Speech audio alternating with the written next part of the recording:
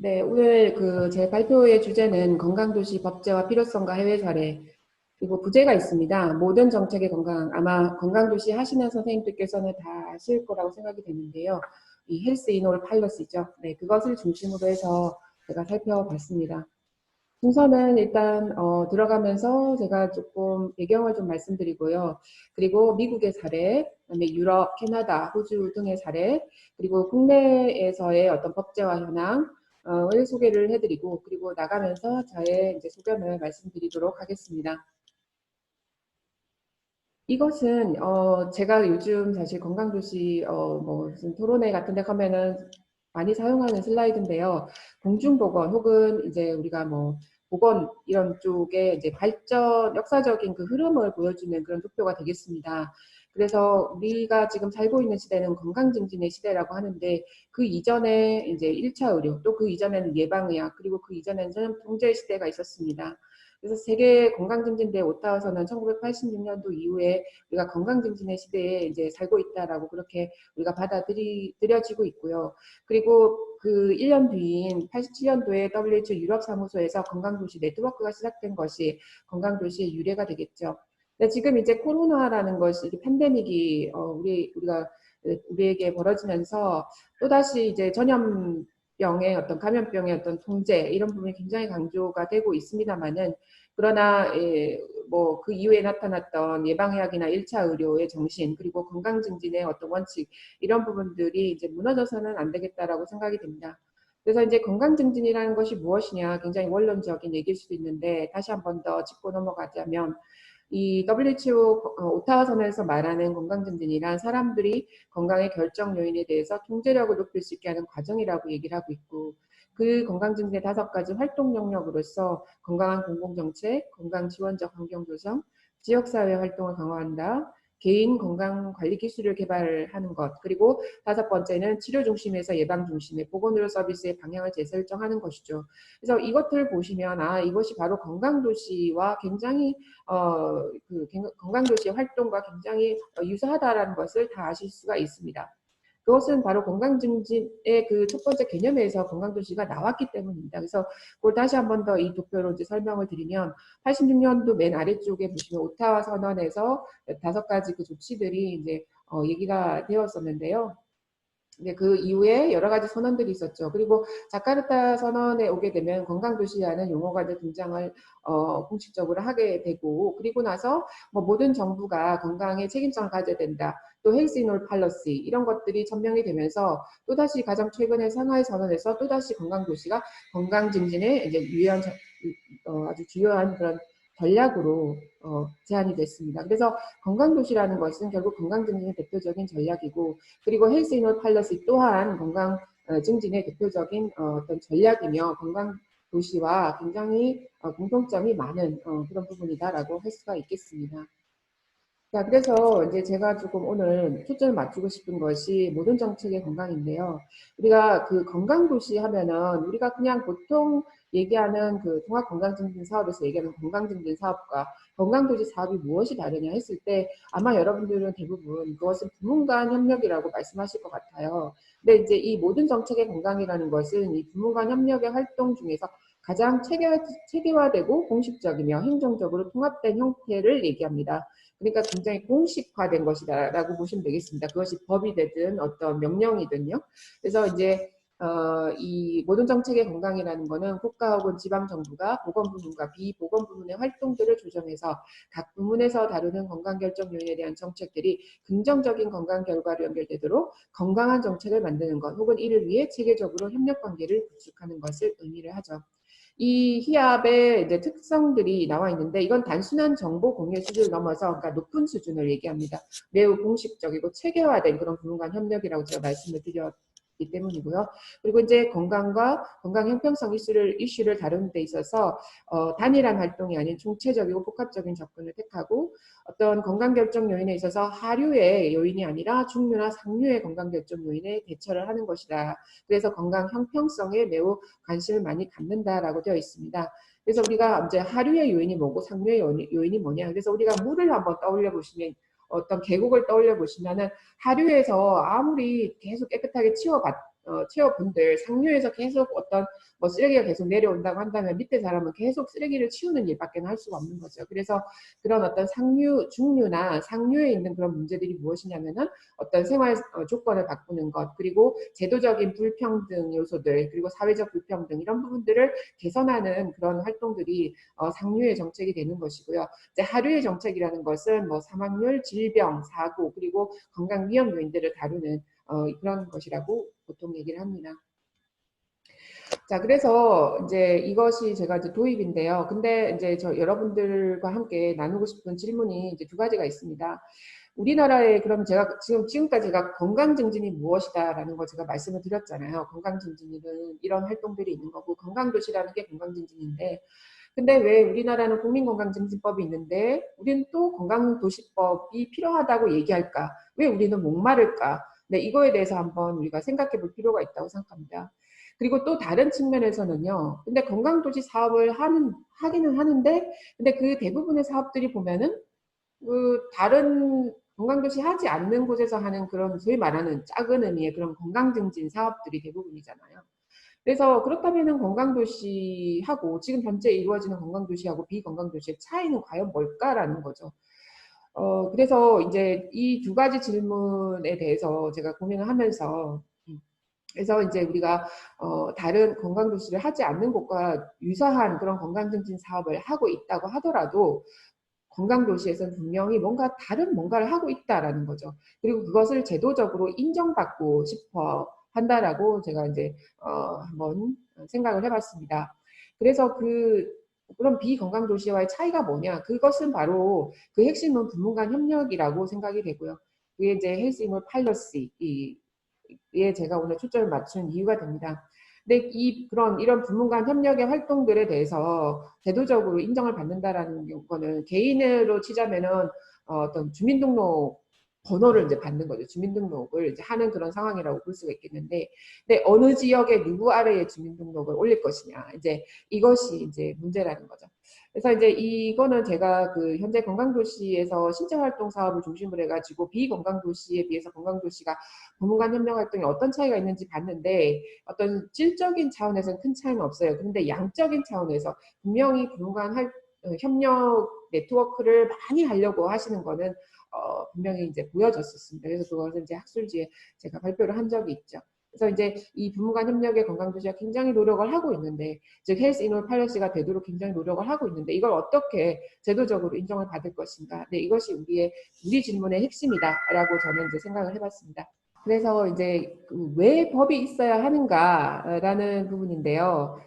이 법이 있을 때, 법제화가 이루어졌을 때 이제 타 부분의 건강을 통합하는 것이 더 용이해지고 또 건강에 관한 부문 간 협력이 더 잘 이루어지고 또 다른 부문에서 건강을 우선순위에 놓기가 용이해지며 뭐 다 비슷한 얘기가 되겠네요. 그래서 부문 간 활동을 조정하고 예산을 얻기가 용이해지고요. 또 비공식적으로 우리가 공식적인 틀이 있게 되면은 비공식적인 그런 관계도 더욱더 촉진이 되기 때문에 법이 있다라는 것은 매우 중요하다라는 그런 얘기가 있습니다. 네. 그런데 이제 그래서 이제 건강도시와 관련된 법안이 있는지 제가 해외 사례를 막 이제 좀 찾아봤어요. 그런데 되게 아쉽게도 건강도시법, 그러니까 뭐 헬디 시티 뭐 이런 것들을 제가 찾아볼 수가 없었습니다. 그래서 그럼 건강도시에 관련된 건강도시법 이런 것이 없는데 그런데 이제 다른 나라들은 그럼 어떻게 하지? 이제 그런 의문이 들잖아요. 그래서 이제 그거에 대해서 저는 이렇게 한번 생각을 해봤습니다. 유럽이라는 나라들은 WHO 유럽 사무소가 5년 주기로 멤버십 갱신을 하는 그런 권위를 가지고 있죠. 그러니까 물론 뭐 국가가 뭐 모든 뭐 국제기구가 마련하는 정책을 다 맞는 건 아니지만 그래도 어쨌든 국가의 법이 없다고 하더라도 이제 더 큰 어떤 그 상위의 어떤 국제적인 어떤 정책을 도입을 한다라는 그런 어떤 좀 프레임이 있어서 그런 걸 가져와가지고 정당성을 이제 부여를 하면서 이제 가게 되는데 이런 면에서 우리나라가 이제 가입해 있는 AFHC 이제는 이런 좀 권위를 좀 강력한 권위를 가지지 못한 부분이 좀 아쉬움이 있게 되는 거죠. 중국이나 태국 같은 이런 데는 공산당이나 혹은 왕의 어떤 권위로 또 추진될 수도 있는 그런 나라들이라고 볼 수가 있겠고 그러면 이제 그 외의 국가들은 어떤 방식으로 추진되고 있을까? 그래서 더 이제 좀 난관에 좀 봉착했다라고 이제 생각이 됐습니다. 그래서 건강도시법 사례가 없으니까 그러면은 그냥 더 포괄적으로 건강증진법, 뭐 공중보건법 뭐 이렇게 검토를 해야 되나 했는데 그건 너무 광범위하죠. 그래서 제가 오늘 이제 소개해드릴 거는 건강증진의 전략이자 부문 간 협력 형태의 가장 체계화되고 공식적이고 행정적으로 통합된 형태인 이 헬스 이노 팔러스에 관한 법을 검토하기로 하였습니다. 그래서 이제 미국의 이제 사례를 한번 소개를 해드리겠습니다. 일단 연방정부 수준에서는 소셜 디터미넌스 엑셀러레이터 액트라는 것이 2019년도에 이제 만들어졌습니다. 그래서 이것의 목적은 보건복지부 장관으로 하여금 건강의 사회적 결정 요인에 관한 부처 간 위원회를 설치하는 등의 그것의 목적을 위해서 이제 이 법안이 이제 실행이 되었는데요.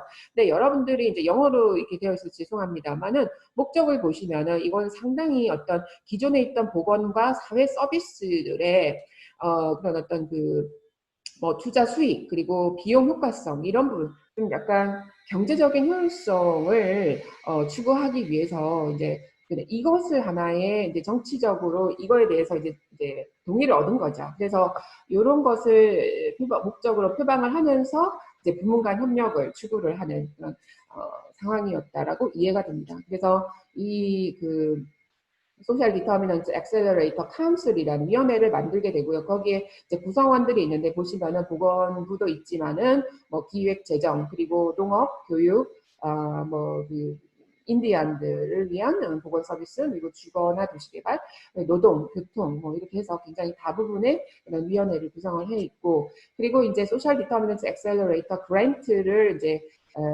수여를 이제 하게 되는데 그거를 위해서는 이제 플랜을 제출을 하게 되어 있고요. 그 플랜의 내용들이 여기에 이제 나와 있습니다.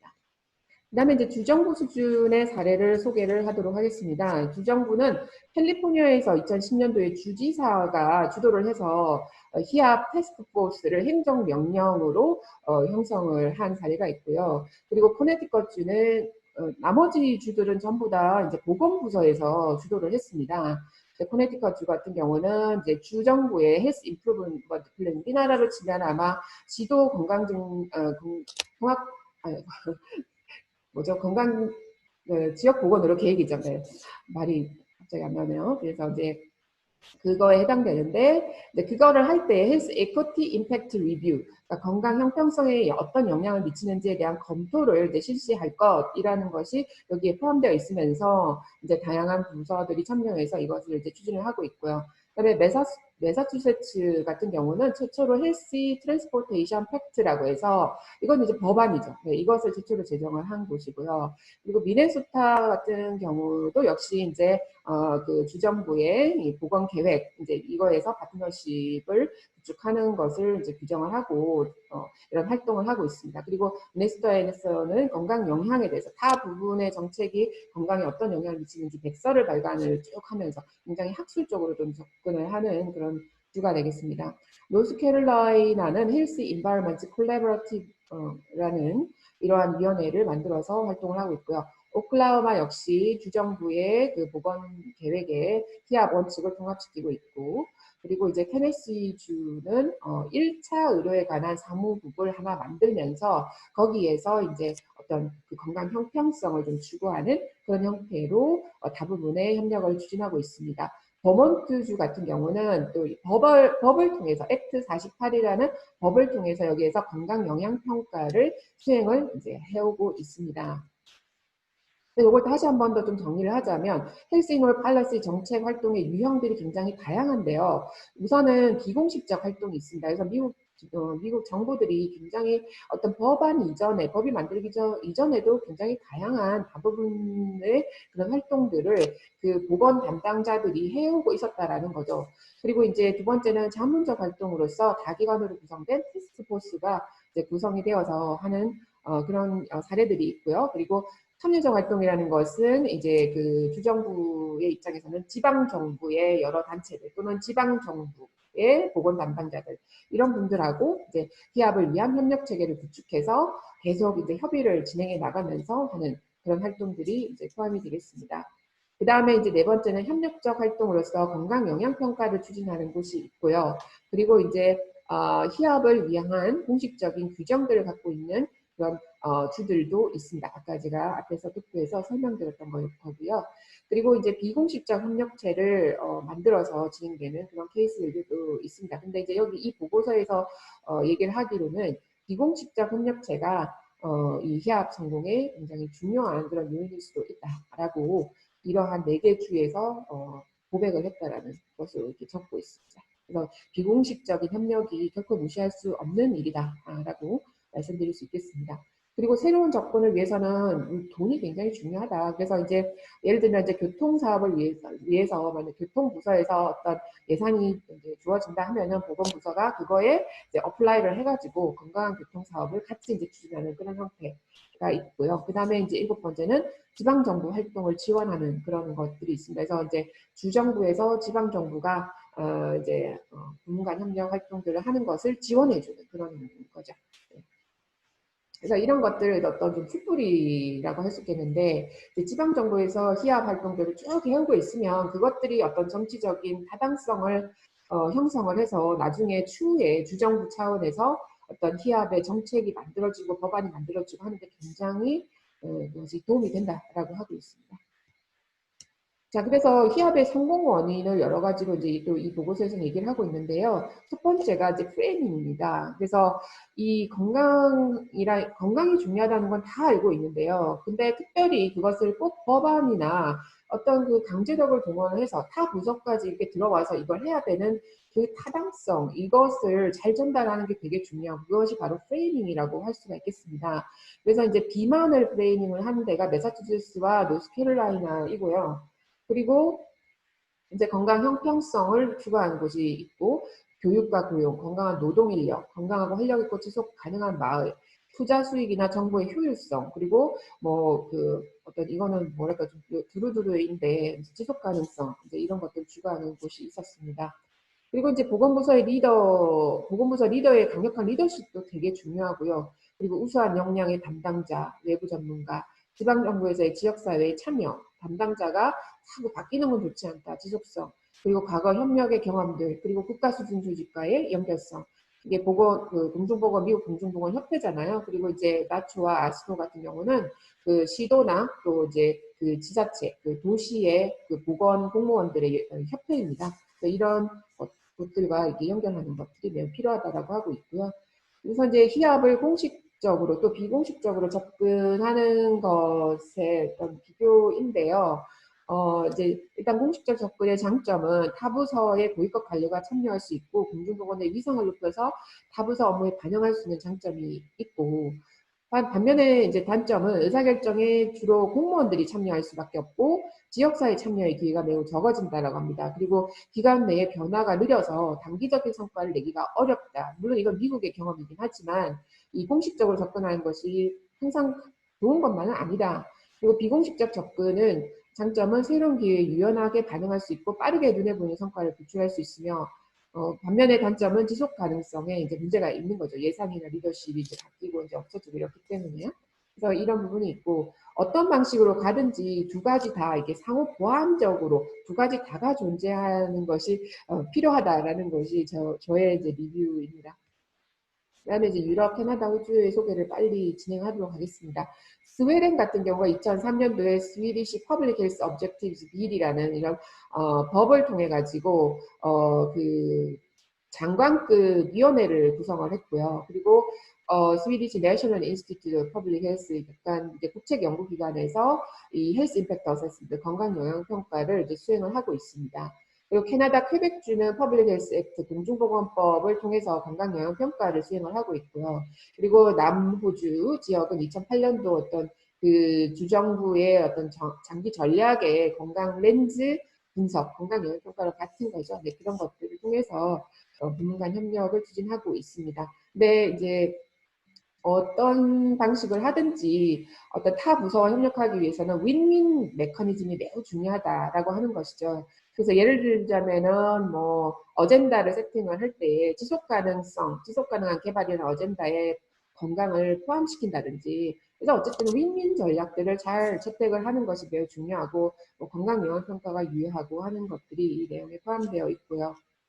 그래서 그런 것들을 윈윈 전략을 통해서 결국은 non-헬스 섹터에 관심을 우리가 얻어내야 되고, 그래서 그들로 하여금 히압을 실행을 했을 때, 아, 내가 할 수 있겠다, 내가 뭔가 얻는 게 있겠다, 이런 것들에 대한 인식이 높아져야지만 이 히압 활동이 잘 제대로 이루어질 수 있다라는 그런 내용이 되겠습니다. 그리고 이제 뭐 에콰도르나 뭐 태국이나 이런 나라들은 조금 우리나라보다는 좀 저개발 국가여서 이제 참고하기가 조금 어렵습니다만은, 뭐 보통 보면은 선진국들이 보면은 히압의 강도가 그렇게 높지는 않습니다. 다만 노르웨이 같은 경우는 National Strategy to Reduce Social Inequalities in Health라고 해서 건강 불평등에 관련된 그런 어떤 국가위원회를 만들어서 이제 장관급 회의에서 이제 보고를 하게끔 하기 때문에 굉장히 강한 그런 역할을 하고 있다라고 하고 있고요.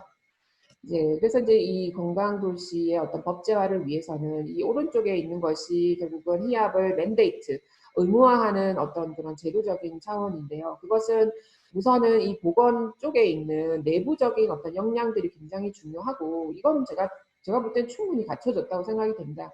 그리고 또 하나 중요한 부분이 바로 정치적인 그런 분위기입니다. 그래서 아까 말씀드렸던 어떤 프레임을 어떻게 우리가 가져가서 정치인들과 또 우리 대다수의 국민들이 어떻게 얼마만큼 이거를 공감할 수 있을 것이냐 하는 어떤 정치적인 의제화, 이런 부분들이 굉장히 중요하다라는 그런 설명입니다. 자, 이제 우리나라의 현황을 좀 말씀드리도록 하겠습니다.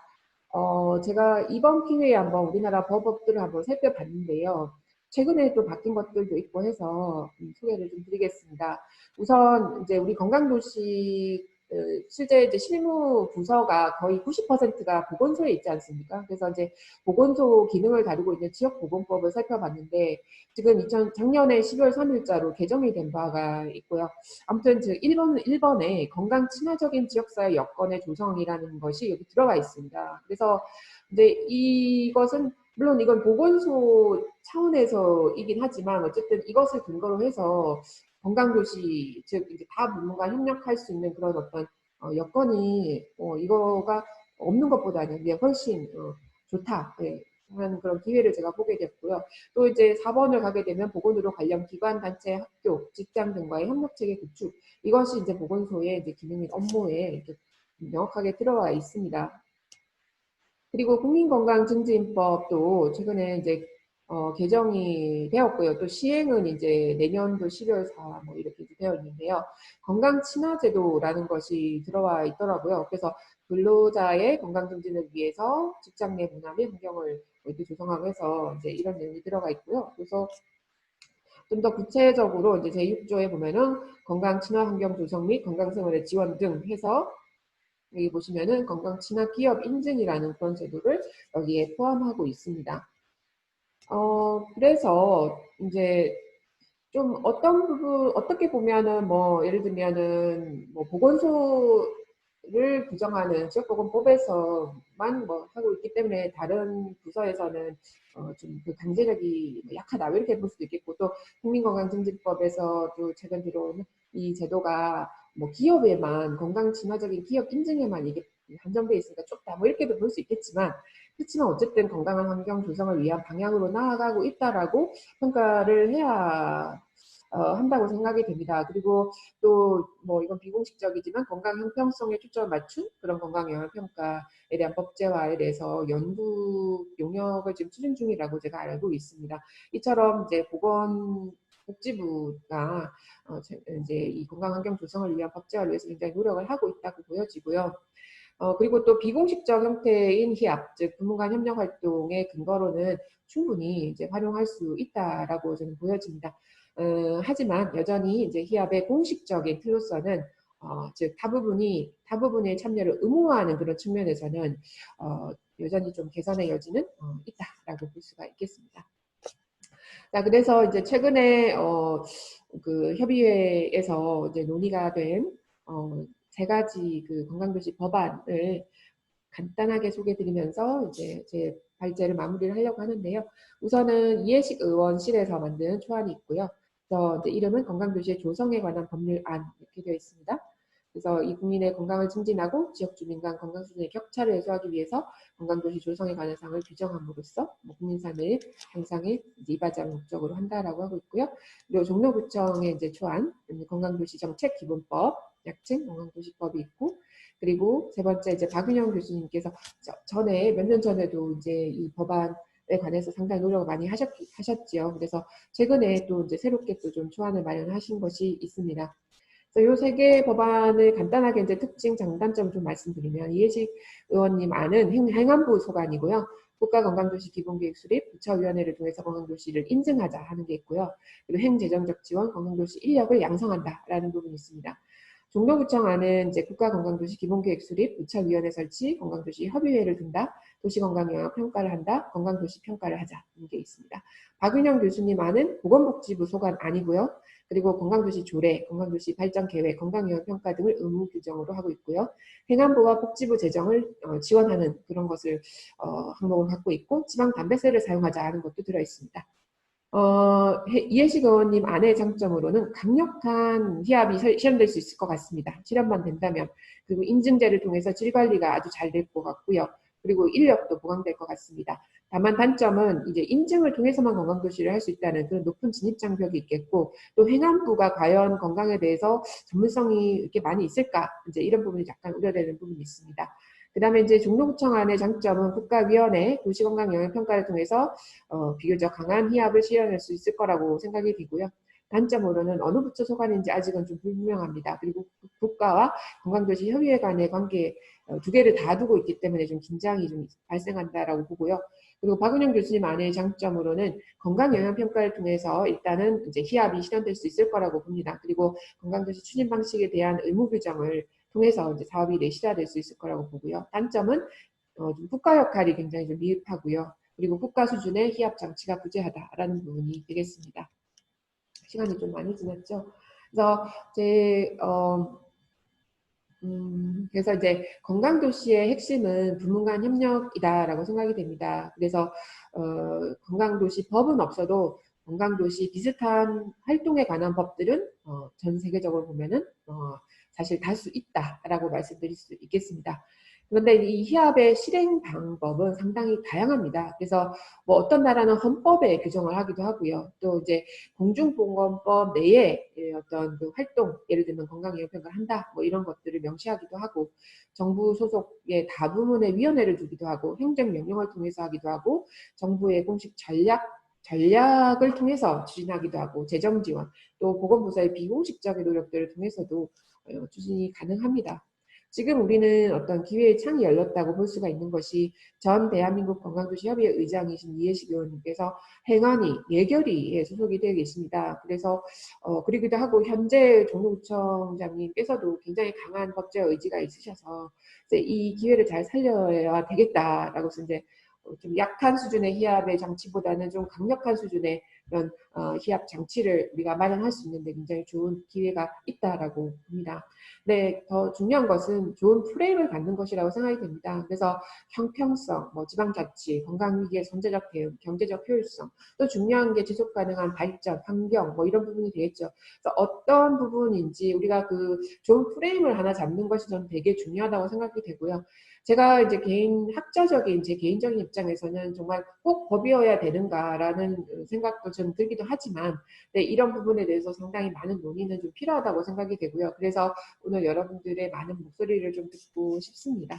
네, 오늘 경청해 주셔서 감사합니다. 이상 제 발표는 마치고요. 이제 지성 토론자의 토론을 듣도록 하겠습니다.